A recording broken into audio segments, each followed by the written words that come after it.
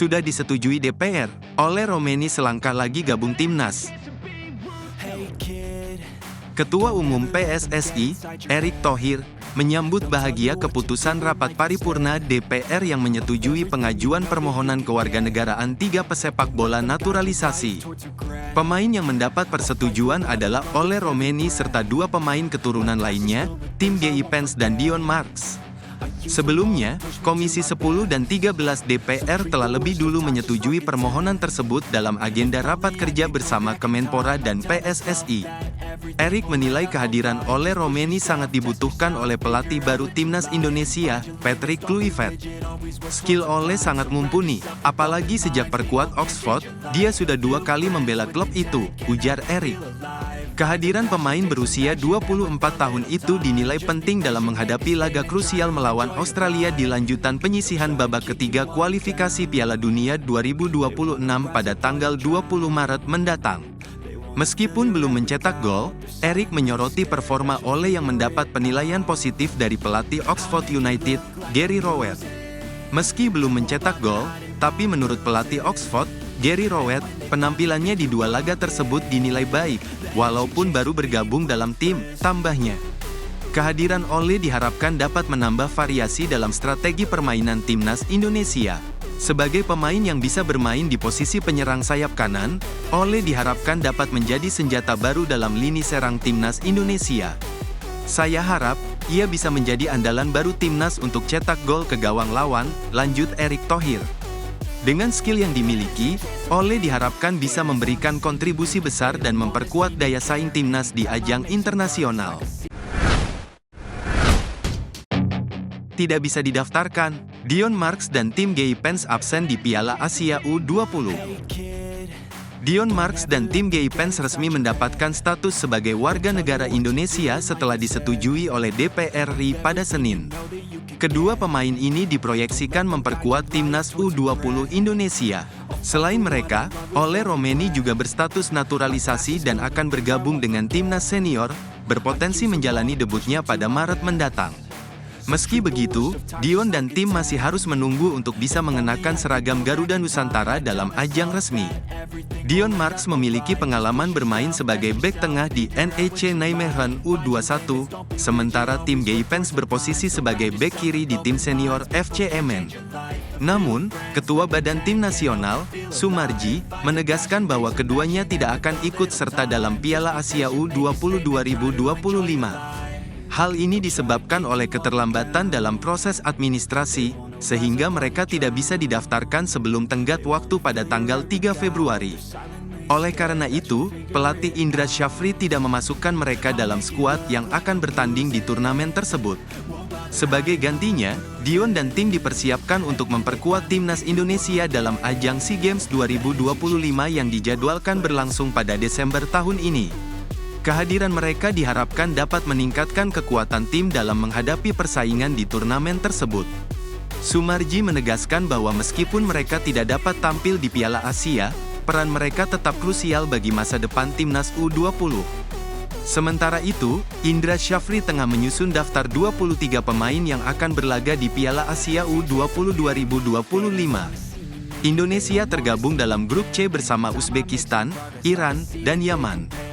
Tim menargetkan lolos ke semifinal demi mengamankan tiket ke Piala Dunia U20 2025. Untuk memperkuat tim, pelatih juga telah menambah Kurniawan Dwi Yulianto sebagai pelatih striker guna mematangkan lini serang Garuda Nusantara.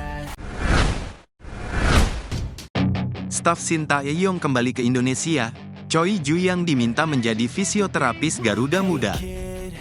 Mantan fisioterapis Timnas Indonesia, Choi Ju-yang, dikabarkan bersedia kembali bergabung dengan tim Merah Putih.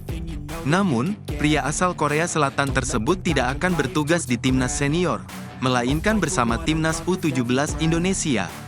Ketua Badan Tim Nasional, BTN, Sumarji, mengungkapkan bahwa ia mendapat instruksi dari Ketua Umum PSSI, Erick Thohir, untuk menghubungi Choi Ju-yang agar kembali membantu tim muda Indonesia.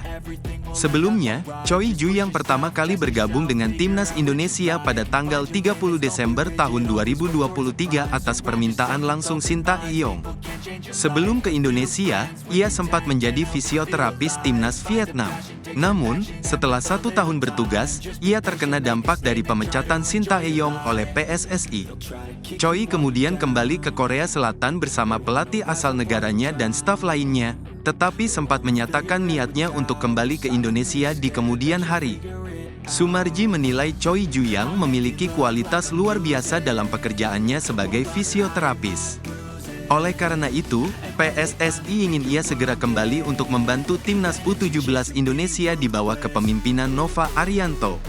Nova sendiri membenarkan bahwa Choi Ju-yang akan bergabung dengan timnya, meski belum bisa memastikan kapan ia akan tiba di Indonesia.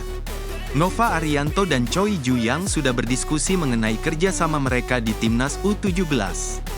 Keduanya memiliki hubungan baik sejak sama-sama bekerja di bawah Shin Tae-yong.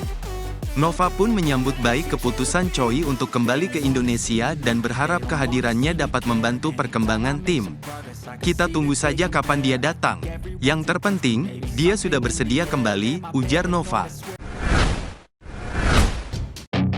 Tidak ada pemain titipan, Sumarji tegaskan Kluivert tidak pandang bulu dalam memilih pemain. Pelatih timnas Indonesia, Patrick Kluivert, menegaskan bahwa dirinya akan memilih pemain tanpa memandang latar belakang, baik lokal maupun keturunan. Ia hanya akan menurunkan pemain yang siap berjuang untuk tim Garuda. Setibanya di Jakarta pada Sabtu malam WIB, Kluivert langsung memantau pemain yang berlaga di BRI Liga 1. Didampingi asistennya, Alex Pastur, Denny Lanzat, dan Gerald Van den Boeck, ia menyaksikan pertandingan Persija Jakarta vs PSBS Biak di Stadion Patriot Candrabaga, Bekasi.